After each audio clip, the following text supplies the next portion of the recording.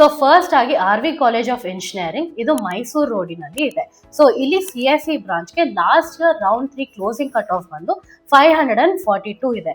So year safe score ಬಂದು anywhere between 500 to 520 ಏನಾದರೂ ಸಿಕ್ಕಿದ್ರೆ CSE ಬ್ರಾಂಚ್ಗೆ ನೀವು ಟ್ರೈ ಮಾಡ್ಬೋದು. ಮತ್ತೆ management Kota fees structure for CSE branch ನೋಡಿದ್ರೆ ಫಸ್ಟ್ ಇಯರ್ 36 lakhs ಇದೆ, ಸೆಕೆಂಡ್ ಇಯರ್ ಆನ್ವರ್ಡ್ಸ್ ಇದು 13 lakhs per annum ವರೆಗೂ ಇದೆ. ಮತ್ತೆ CSE with data science last year closing rank ಬಂದು 649 ಇದೆ.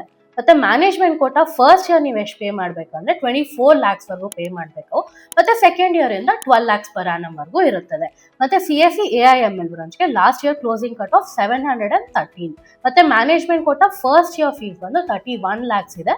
ಮತ್ತೆ second year onwards 12 lakhs per annum ವರೆಗೂ ಇದೆ. CSE ವಿತ್ ಸೈಬರ್ ಸೆಕ್ಯೂರಿಟಿ ಬ್ರಾಂಚ್ಗೆ last year closing cut off ಬಂದು 774 ವರೆಗೂ ಹೋಗಿದೆ. ಮತ್ತೆ ಮ್ಯಾನೇಜ್ಮೆಂಟ್ ಕೋಟಾ ಫೀಸ್ ಸ್ಟ್ರಕ್ಚರ್ ಅಲ್ಲಿ 22 lakhs ಫಸ್ಟ್ ಇಯರ್ ಪೇ ಮಾಡಬೇಕು, ಸೆಕೆಂಡ್ ಇಯರ್ ಇಂದ 11 lakhs per annum ವರೆಗೂ ಫೀಸ್ ಇರುತ್ತೆ.